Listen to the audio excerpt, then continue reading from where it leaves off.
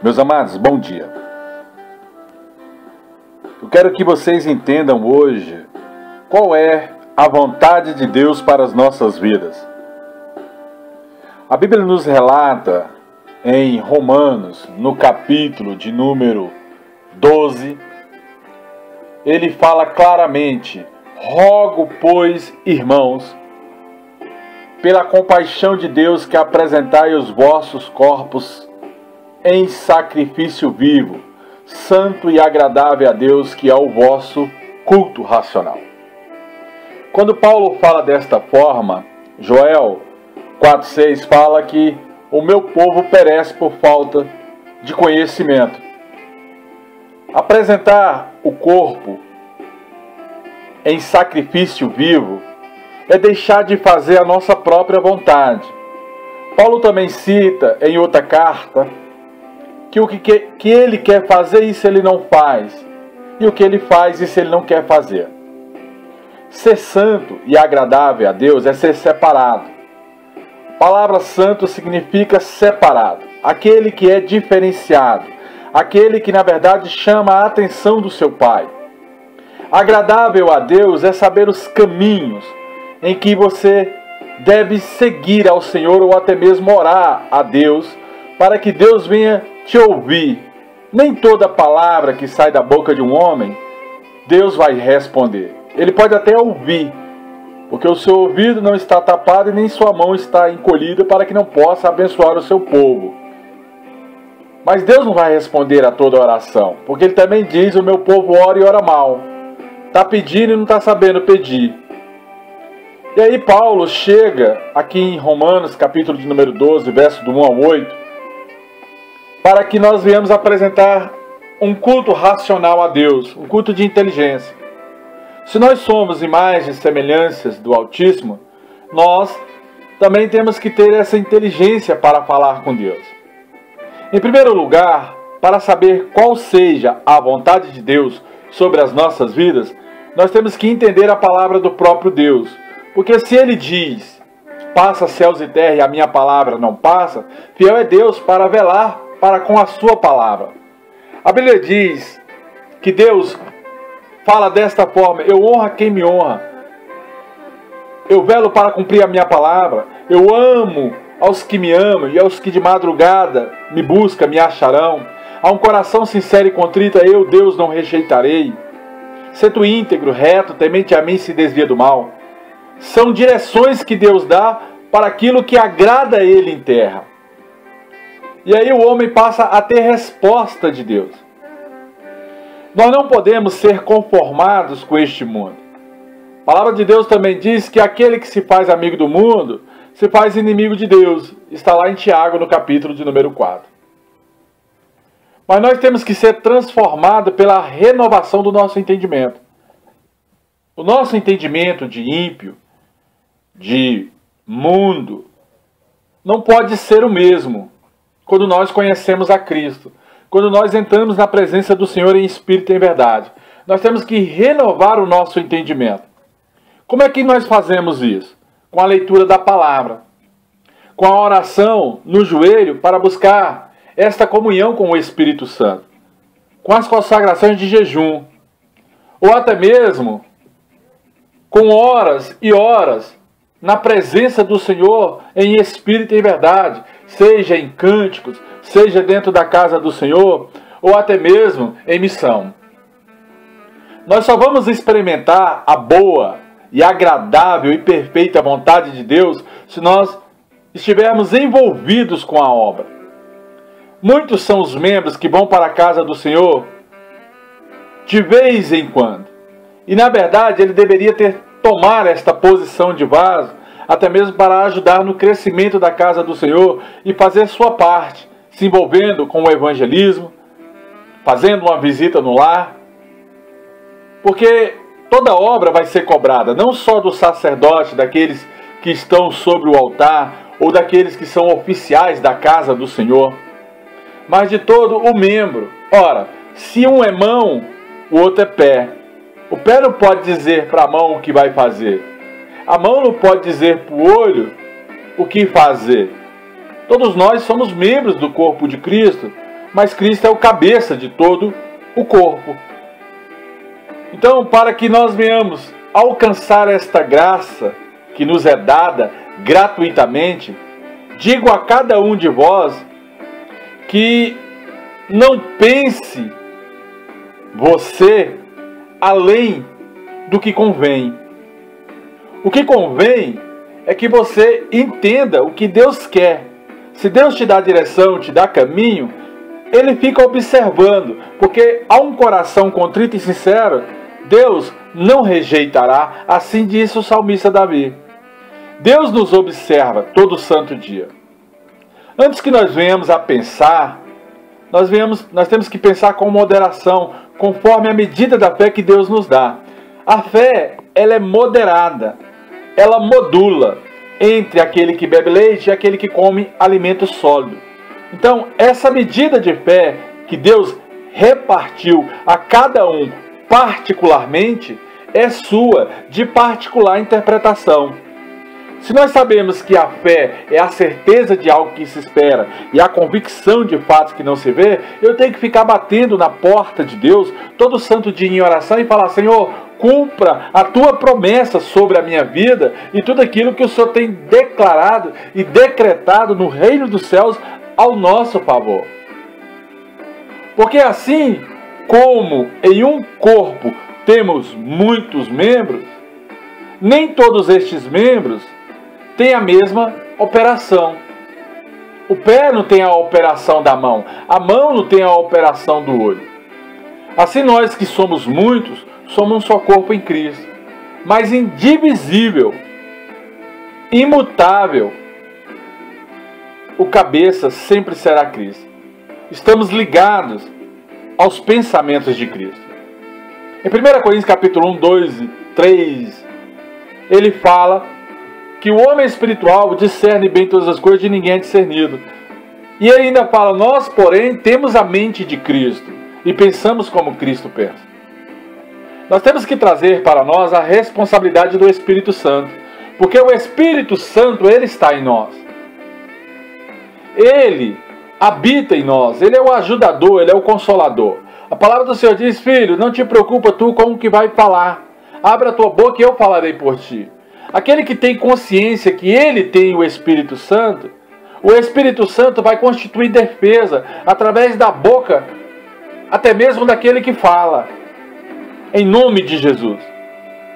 De modo que nós temos diferentes dons. Você tem um dom, eu tenho outro dom. Uns têm o dom de visão, outros têm o dom de profetizar, de pregação.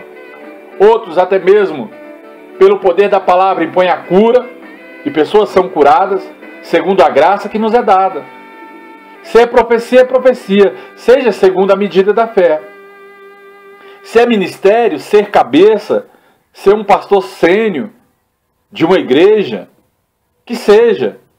Se é ministrar palavra, se você é itinerante, se é missionário, se é obreiro, se é diácono, se é bispo, se é apóstolo, cresça na fé. Ministra a palavra. Ensina aqueles que não têm entendimento para estas coisas. Haja dedicação no ensino, já que você quer ensinar. O que exorta tem que usar até mesmo de sabedoria para exortar até mesmo aqueles que são fracos. Um pastor, ele exorta a uma pessoa que tem um conhecimento exacerbado ou grandioso da palavra de uma forma diferenciada. Ele não pode chegar a um membro que mal está chegando no Evangelho e usar de uma exortação dura, sendo que este não suporta a exortação do pastor. Tem que ter sabedoria. Tem que ter essa inteligência espiritual para ensinar, ministrar e até mesmo exortar as pessoas. Esse dom de exortar é um dom muito duro, mas é um dom que exige muita sabedoria para que a pessoa que esteja do outro lado, no mesmo momento que ela está colhendo a exortação, ela também colha o benefício da exortação. Ela entende a exortação como fosse benefício para ela mesma. Então nós temos que fazer com liberalidade de pensamentos Nós temos que fazer com essa consciência que nós estamos exortando para o bem da pessoa, para o crescimento dela, para que ela seja alguém e para que ela venha se corrigir todo santo dia. Aquele que preside grandes ministérios, ou até mesmo pequenos ministérios, tem que ter cuidado, porque não é só sair estabelecendo igreja. Eu tenho que esperar o tempo de Deus na minha vida para que as portas da igreja sejam abertas, isto é, se eu tiver o chamado. Porque se eu abro uma igreja e eu não tenho chamado para ela, eu serei como espinho, ungido pastor sem ser pastor, ungido presidente de ministério sem ser presidente de ministério. Eu tenho que entender estas coisas, eu tenho que exercitar estas coisas com misericórdia e ao mesmo tempo com alegria. Eu tenho que me alegrar ao fazer a obra do Senhor, porque isto é um ofício. E segundo Mateus capítulo 20, a Bíblia fala que o próprio Deus se levantará para pagar os trabalhadores da sua vinha. Se eu estou na vinha, quem me supra é o Senhor. Eu não dependo de fulano, ciclano ou beltrano, mas eu dependo do Espírito Santo tocar em fulano, ciclano ou beltrano para abençoar, porque sou pregador do Evangelho. Essa bênção é para a casa do Senhor, é para que outras pessoas sejam salvas, é para a viagem missionária, é para ir nos lares todo dia daqueles que necessitam, é para até mesmo suprir a necessidade do aflito, daquele que tem fome. As dádivas são para a construção dos templos do Senhor, para comprar as cadeiras, estabelecer o som. Existe muita coisa que essas finanças da parte do Senhor é tratada dentro da própria casa dele. Isso não é para aquele que está diretamente na obra, porque fiel é Deus para suprir a casa desse que é ministro do Evangelho. O Senhor é fiel. Esse Romanos, capítulo de número 12, Deus tem uma grande obra em seu mundo e Ele chamou o seu povo para participar. É isso que a palavra diz quando fala do corpo de Cristo. Existe uma perfeita vontade de Deus para cada crente, para cada filho, para cada homem que fala do nome do Senhor em espírito e verdade. Ora, se você é salvo, se você confessou o nome do Senhor Jesus Cristo como o Senhor e Salvador da sua vida, a salvação ela bate à sua porta, mas você tem que estender a sua tenda, alargar mais esse conhecimento do Evangelho para que venha cobrir outras pessoas pela unção que é imposta sobre a sua cabeça. Você tem que ajudar pessoas a se livrar do mal. Você tem que libertar o cativo, impor a cura. Você tem que se levantar na obra do Senhor. Temos que ter esta vontade, porque Deus tem vontade. E a vontade dele é comprovada no nosso meio. Deus nos dá dom de revelação que às vezes eu fico assustado, abismado com o que Deus fala nesta terra. A vontade de Deus é como um prêmio para ser procurado todo dia. A vontade de Deus é um prêmio que nós sabemos que o fogo desce no altar e do altar para a igreja. Quando eu vou à casa do Senhor, eu me pergunto, o que o altar prepara para mim hoje? Já que o fogo desce no altar e do altar para a igreja do Senhor. É disso que eu estou falando. Deus ele é fiel, mas nós temos que ser fiel com Deus. Nós temos que entender que Deus ele é conosco. Além disso, a vontade de Deus é uma possibilidade para até mesmo o futuro. Um futuro próximo, porque eu não sei o que Deus me reserva ainda no dia de hoje. Eu não sei como termina o dia de hoje. Assim diz a palavra do Senhor. Por que eu vou me preocupar com as coisas do amanhã, sendo que eu não sei nem como termina o dia de hoje? Isso é uma realidade do mundo espiritual. É uma realidade até mesmo no nosso tempo presente. O dia de amanhã pertence a Deus. O choro pode durar esta noite, a alegria pode vir pelo amanhecer, porque assim diz o Senhor dos Exércitos. E Ele não é homem para que minta, e nem filho do homem para que se arrependa, mas Ele é Deus, fiel cumpridor de tudo aquilo que fala. Se você não faz a vontade de Deus conforme Ele te manda, conforme a palavra do Senhor, se você não participa da obra do Senhor como ajudador, como oficial da casa do Senhor, você está fora deste negócio. Porque Deus chamou a todos, porque muitos são chamados, poucos são os escolhidos, e Deus capacita o não capacitado, aquele que se esforça. Você tem que se esforçar. Hoje você pode até não saber a vontade de Deus para amanhã, mas o amanhã a Deus pertence e Ele pode trazer novidades no nosso tempo presente. Se nós estamos aqui seguindo a salvação, e nós temos que entender esses 4 passos que são enfatizados em Romanos, no capítulo de número 12. Há 4 direção ou há 4 passos para nós sabermos a vontade de Deus. Em Romanos, no capítulo 1, do verso 1 ao 2, ele fala que nós viemos a conhecer a vontade de Deus. Nós temos que fazer a vontade dele hoje. O que ele nos manda hoje. Deus, ele nos manda para a seara, é no dia de hoje. A Bíblia fala da vontade de Deus como algo que fazemos no tempo presente. Não de algo para fazermos amanhã. Nós temos que fazer enquanto o olho não pisca, enquanto o olho não dorme. Nós temos que fazer enquanto estamos acordados. Toda vez que nós estamos acordados, essa vontade de Deus, ela tem que vir à tona, conforme Romanos capítulo 12, verso 1 ao 2. Se nós somos crentes, a nossa alma tem que se inquietar diante das circunstâncias que nós vemos no tempo presente. Não ficar olhando para o futuro e pensando que este futuro vai chegar. Na verdade, o que nós vivemos é o presente. Futuro é uma esperança do hoje. Hoje nós vivemos o futuro que nós pensamos ontem. Mas o futuro que nós pensamos hoje, ele nunca vai chegar. Porque vai ser sempre futuro. Nós vamos viver o hoje. É neste hoje que nós vamos ter que fazer a diferença. Que nós vamos ter que pegar essas circunstâncias que nos cercam a respeito de pregação do Evangelho e colocar em prática. Pensando que irá servir a Deus quando as coisas mudarem, é um erro. Pensar que eu só vou servir a Deus se eu ser milionário, é um erro. É um erro fatal. Ele nunca irá fazer a vontade de Deus. Ninguém nunca faz a vontade de Deus dessa forma. Nos devemos entregar nas mãos de Deus e usar as oportunidades do tempo presente.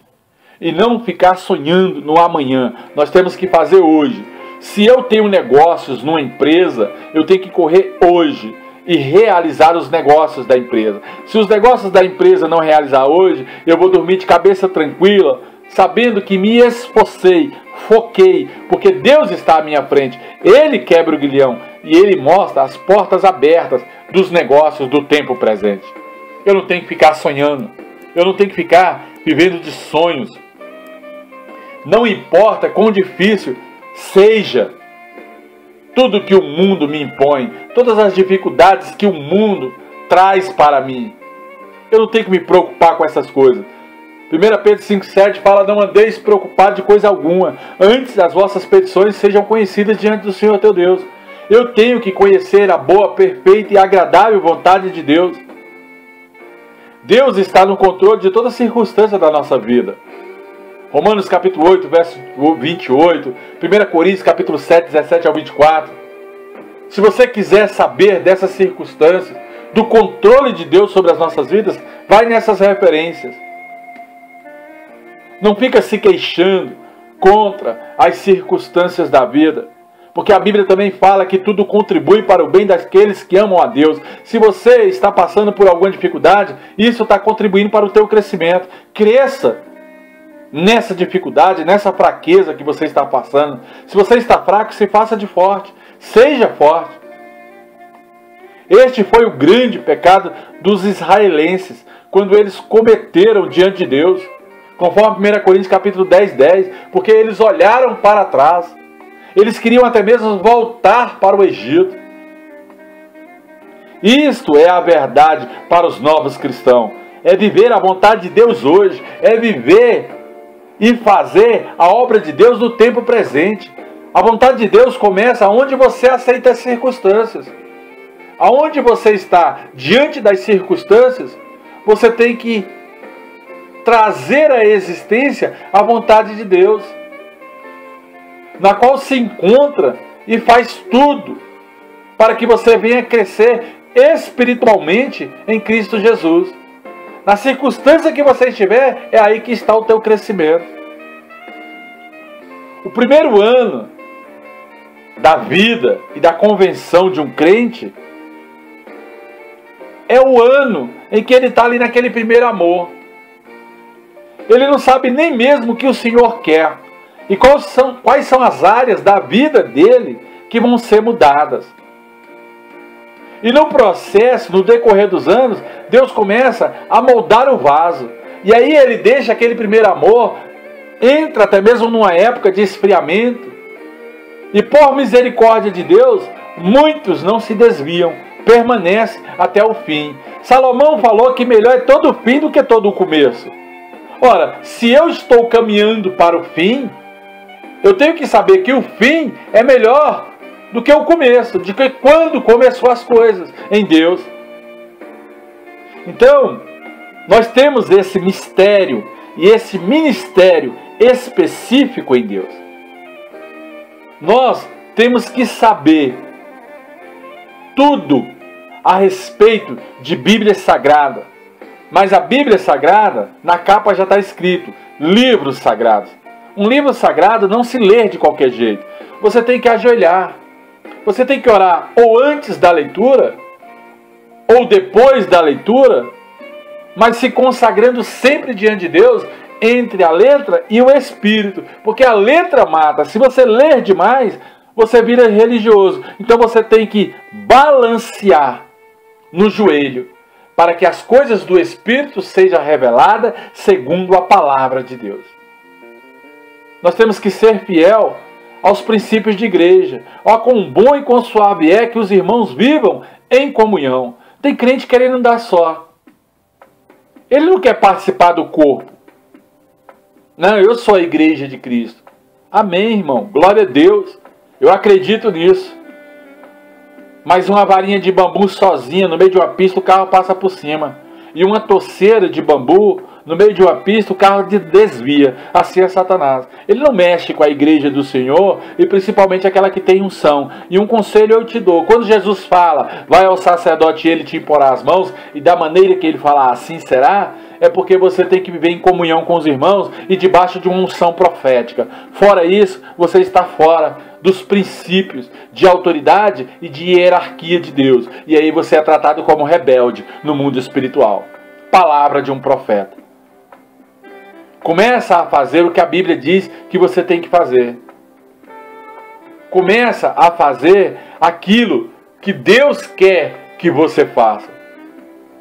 Começa, em nome de Jesus Cristo de Nazaré, operando a palavra de Deus para o seu ente querido, para o seu vizinho, no seu trabalho, no seu serviço. Fale de Deus. Não lança pérolas a porcos e nem vire religioso para sair gritando em alta voz nas esquinas, não. Não precisa quebrar a cana. O Espírito Santo vai te colocar ao lado das pessoas que você tem que ministrar. Não precisa quebrar a cana e nem fazer barulho, não. Não precisa se comportar desta forma. Basta você ajoelhar, se consagrar à noite, ler a palavra de Deus, que Deus gera uma oportunidade de você falar do Evangelho no dia seguinte. Não se preocupa tu com estas coisas não, porque a vontade é de Deus, não é a tua vontade que tem que prevalecer. A Bíblia diz, abre a tua boca e eu falarei por ti. No momento certo ele vai abrir tua boca. Mas isso não é a vida de muitos. Não é isso que muitos querem. A vida de alguns, até mesmo, é buscar e servir a Cristo e se preparar para a sua vontade. Mas às vezes, por causa do ensinamento, por causa de pessoas que ministram de forma errada, esses, no meio da caminhada, desanimam.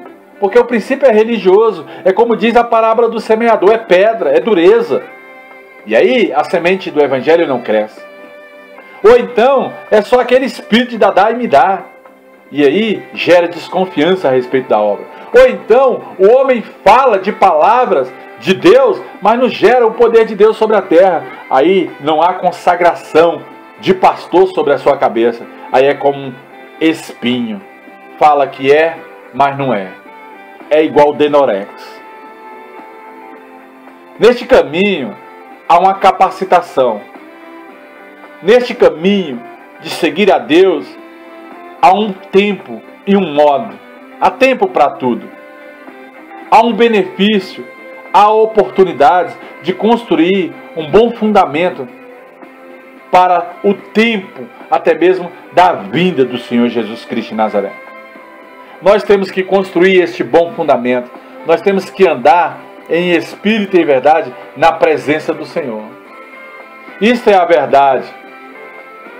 Aquele que é solteiro, sirva a Deus com interesse de coração. Aquele que é casado, sirva a Deus, mas também siga a Deus dentro da sua casa.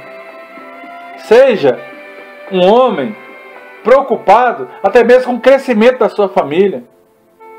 Eu sei que o mundo nos desanima, principalmente para aqueles que são casados. Mas nós temos que perseverar na fé e acreditar que Deus vai mudar as coisas. Nós somos filhos do Altíssimo. Nós somos criados para desenvolver e envolver pessoas no Evangelho. Nós somos colocados nesta terra para chamar a toda ovelha perdida. Nós somos colocados nesta terra para buscar a toda ovelha desviada. Nós somos colocados nesta terra para levantar a todo caído. A palavra de Deus está sobre as nossas bocas. Deus, Ele honra e vela. E Ele cumpre a sua palavra. Pode passar céus e terra. A palavra de Deus não vai passar. A minha vida vai acabar, a sua vai acabar. Mas Deus vai permanecer para sempre. Ele é eterno. A palavra dele é eterna. Entenda a vontade de Deus. Entenda o que é a vontade de Deus para a sua vida. E a partir do momento que você estiver no centro da vontade de Deus, tudo começa a acontecer para você. As coisas começam a acontecer na sua empresa. A coisa começa a acontecer nos seus negócios. Tome as decisões corretas. Pare de tomar a decisão errada. Observe o que você vai fazer antes mesmo do que você vai fazer. E tenha uma ideia de consequência, para que não venha a agir de forma errada no mundo espiritual. Amados, eu confesso para vocês, eu estou como aquele que está abatido. Eu estou fraco. Mas na hora que eu me volto para a Bíblia Sagrada, na hora que eu me volto para a palavra de Deus, eu me sinto forte. Eu me sinto forte em Cristo Jesus. Eu me levanto novamente como um guerreiro todo dia. Eu acredito que o meu Deus se levantará e olhará para mim, para minha casa, para a igreja que Ele revelou e trará uma diferença no meu corpo, no meu espírito, na minha mente. Uma capacitação diferenciada. Essa é a minha fé. Eu tenho fé no Deus que eu sirvo. Eu acredito no Senhor Jesus. Não só de ouvir falar. Os meus motivos não é porque eu ouvi falar de Cristo. É porque eu o conheço. E eu sei que Ele é comigo. Eu sei que tudo vai dar certo. E é essa esperança que eu quero trazer para a tua casa. Tudo vai dar certo. Tudo vai dar certo. As promessas do Senhor vão se cumprir. Ele se levantará e mostrará que Ele é Deus, que Ele é Senhor. O meu Deus é rico em graça. Ele vai fazer coisas grandes e tremendas, coisas jamais vistas pelo olho humano, coisas que a boca nem pronunciou, que o ouvido nem ouviu e que não chegou ao entendimento das pessoas. Este Deus, nesses últimos tempos, Ele fará Alaman Recalavas, fará prodígios e maravilhas ao nosso respeito. Esse Deus, por esses dias, se levantará e mostrará tantas portas abertas que serão incontáveis essas portas. É o que eu vejo aqui agora. Acabei de ver. Portas abertas. Portas abertas, meu amado. As portas estão abertas.